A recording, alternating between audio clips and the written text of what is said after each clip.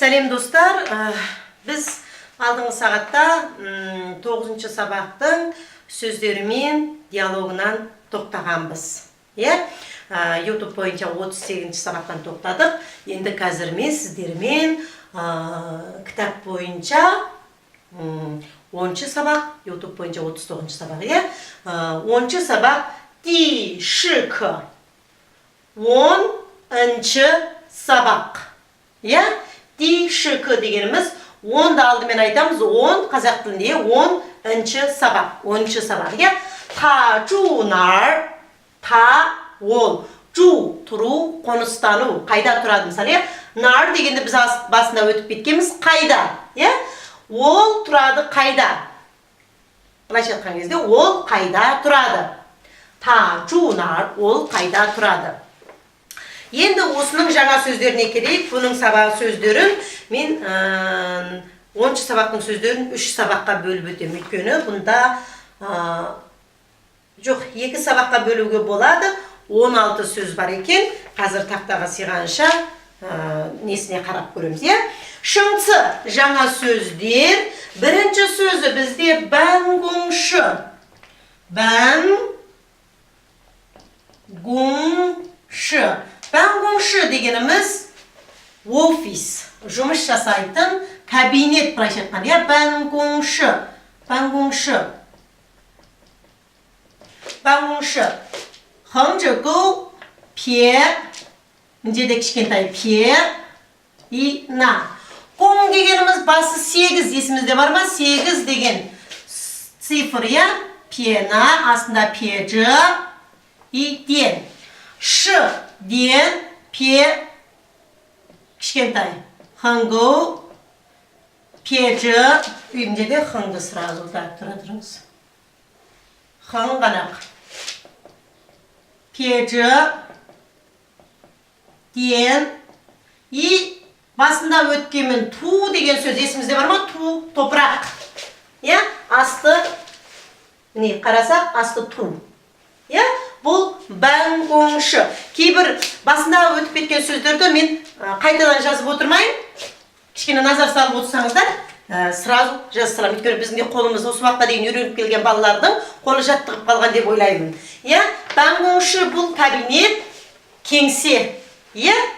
Жұмыс істейтін.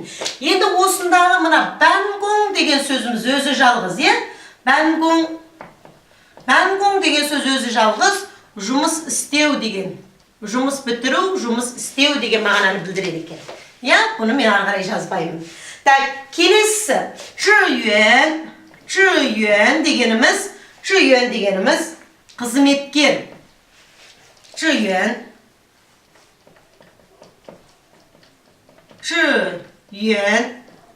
Бұл негізінен жүйен дегеніміз көбінде мемлекеттік гуңюен дейді ғой. Гуңюен. Содардағы мемлекеттік қызметкерлер көбінде солай айтылады. Бірақ негізі жүйен дегеніміз енді былайша айтқан кезде жүйе, кәсіптік, мамандық иелері деген сөз. Бір тілмен қазақ тілінде айтқанда қызметкер. Жүйен. Хың, шу. Екі хың ішінде кішкентай. Мін жердегі астындағы қарасақ, хың емес түзу тұрған жоқ. Кішкене қисықтау. Ти. Хың, шу. Хың, ти. Шу. Қасында ти мін жерде көу. Пена кішкентай. Бұл жүйен. Юен дегенде біз оқыдық қой бұрын, Көу сияқты бірақ кішкене ұзынырақ болады, Астында шу. Хыңжы, пе, на. Бұл жүйен қызметкер. Келесі сөзіміз. Жау дегеніміз мін жердегі мағынасы. Бұл қазіргі мағынасымен біз басында бір осы айырбастау мағынасында өтілген сабақта біз экономикамен байланысты жау деген сөз есімізде бар ма? Қайтару, сдачаны қайтарып беру деп оқығанбыз. Есімізде болса, сдачаны қайтарып беру. Енді бізде қазір мына жердегі жау дегеніміз іздеу. Мысалы, бір кісіні іздеп табу деген, іздеу деген мағынаны білдіреді. Мысалы, кісіні ғана емес, енді любой дүниемізді іздейміз ғой, жоғалып қалған, немесе бір кісіні таба алмай жүрміз, мысалы, сондағы іздеу деген сөз. Ал алдыңғы бірінші ретке өтілгенде жау деген сөзіміз қандай мағынаны білдірді? О кезде ол сдача қайтарып беру, асқан ақшамызды қайтарып алу. Жау ни 15块钱деген есімізде бар ма? Жау ни 15块钱, сіздің 15 юаныңызды қайтарып беремін. Ал енді мына жердегі жауымыз қандай мағынаны білдіріп тұр?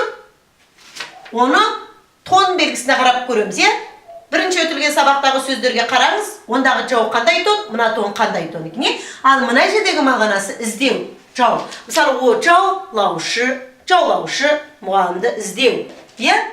Жау. Жазылуын тағы бір рет көрсетіп кетейін. Кішкене қысқартырақ қып. Шекіл, пен, ден. Бұл жау іздеу. Мысалы, о жау ванлаушы, немесе жау ванлаушы, ван мұғалімді іздеймін. Сосын кейінгі сөзіміз. Цай. Осында, анда деген мағынаны біледі. Хан, пе, шу. Хан, шу. Астында хан. Ту деген әріп мына жерде деді.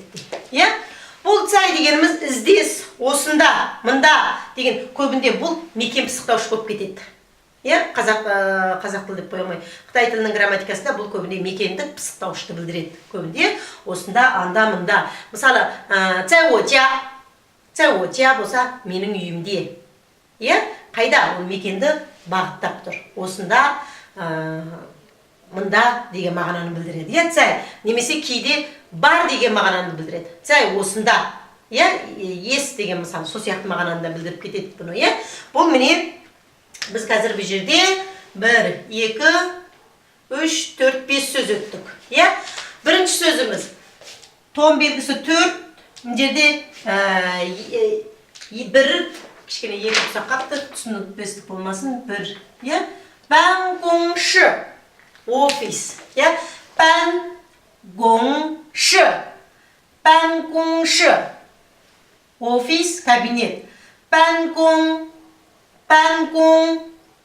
жұмыс жасау. Бән гон, жұмыс біттіру, жұмыс жасау. Зhì yuan, екеуі де екінші тонмен.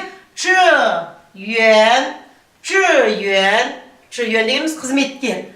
Жау, үшінші тонмен тұр, іздеу. Цай, төртінші тонмен. Цай, осында, мында, бар деген мағынаны білдіреді. Бән гон, зhì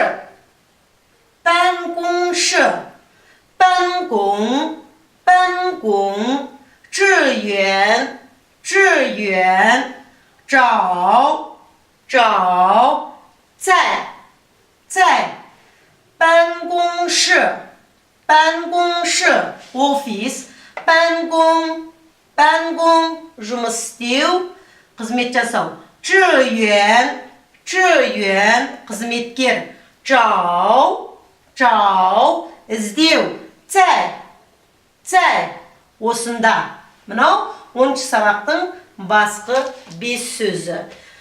Рахмет сіздерге. Енді келесі сағатта 10-шы сабақтың ары қарай сөздерін өтетін боламыз. Сіздеріңізге сәттілік болсын.